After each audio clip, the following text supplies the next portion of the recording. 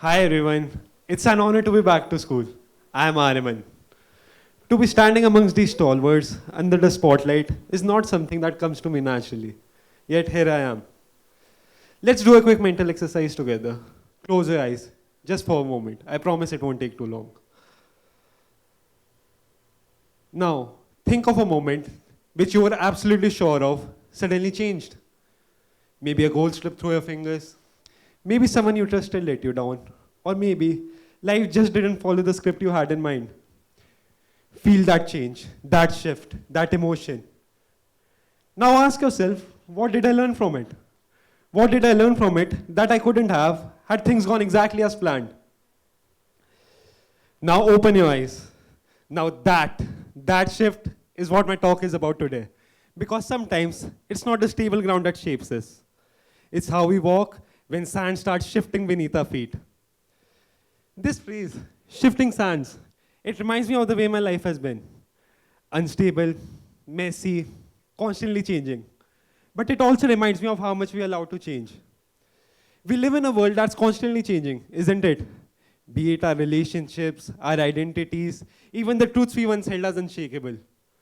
What if we've been told to fear change, when change is the very thing that shapes us who we are?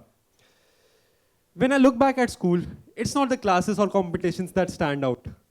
It's the side glances, the whispered jokes, the nicknames that weren't funny the first time, and definitely not the 10th. It's how I became that guy. The one people imitated, made fun of when they thought I couldn't hear, nudged to their friends about. I wasn't the loudest in the room, and I didn't fight back. Instead, I did what a lot of us do. Smiled, played along. Slowly, I felt like I was trying to push myself into invisibility. Slowly, I started to trying to change myself. Not for confidence, not for health, but for silence. Because maybe if I looked just right, they would all finally stop. And the thing is, one day I did. I went from fat to fit. Slowly, I started getting compliments. But here's the tricky part. By the time I had become someone others could see, school was over. The bell didn't just ring on school life. It rang on everything that once defined my identity. The people I tried to please, the places I tried to fit in, the version of me I had worked so hard to fix. Suddenly, none of it mattered. And I was left wondering, was I doing it for me or was I doing it for them? At some point, I started asking myself this question. Was the right way to look anyway? Because if you're too skinny, you need to eat more. If you're overweight, you've let yourself go. Suddenly, if you start working out, you're just trying too hard. Each and every version of you has someone picking it apart. So how long do you keep on changing yourself just to please these people? How long? Until you realize that there are 8 billion people in this world and there's not a single criteria that you'll ever fit into. That's when it hit me. Maybe the problem isn't me. The problem is that I needed the approval in the first place. Then came college, a city I wasn't familiar with, a hostel room that smelled like new furniture, and an unfamiliar freedom. No parents providing the protective shell that I was so used to. No teachers expecting anything. No classmates who had seen me before. At first, I thought I'd love it, but the first few weeks hit hard. Because in school, you're part of a system that consistently tells you who you are. People comment, people react, people judge. And in that weird way, you feel seen, even if it's for the wrong reasons. Whereas in college, no one truly cared. Not because they were rude, but because they were busy doing the exact same thing for themselves. It was terrifying, yet it was liberating. I could be whoever I wanted, I could say whatever I wanted. That's when I realized self-worth, built on external validation, is always temporary. When you remove the people clapping, the applause in your head dies down too. I had sculpted myself to fit into school, but now school was over. That's when I realized what real change looks like. Not physical, internal. When the familiar fades away, the voices, the labels, the safety nets, you're left with only one voice, your voice. That voice doesn't always praise.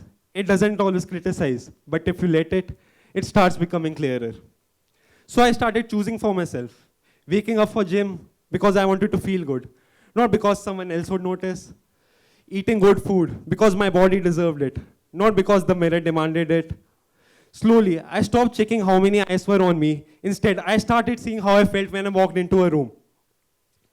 Because this is what no one will tell you. You spend your entire life trying to belong somewhere until at a certain point you realize you just needed to be there.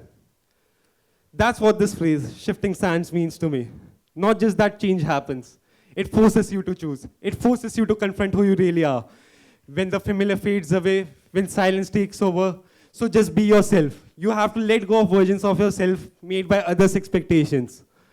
So now, the question arises, who do I want to become now?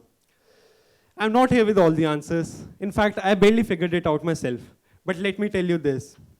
We spend much of our early lives molding ourselves to survive the familiar. And when that familiarity fades away, that's when you finally have the chance to know who you really are, to sculpt yourself into who you really want to be. So if you've ever been judged, overlooked at, mistreated, let me just say this to you. You're not the number that they gave you. You're not the label that they gave you. You too are shifting sands.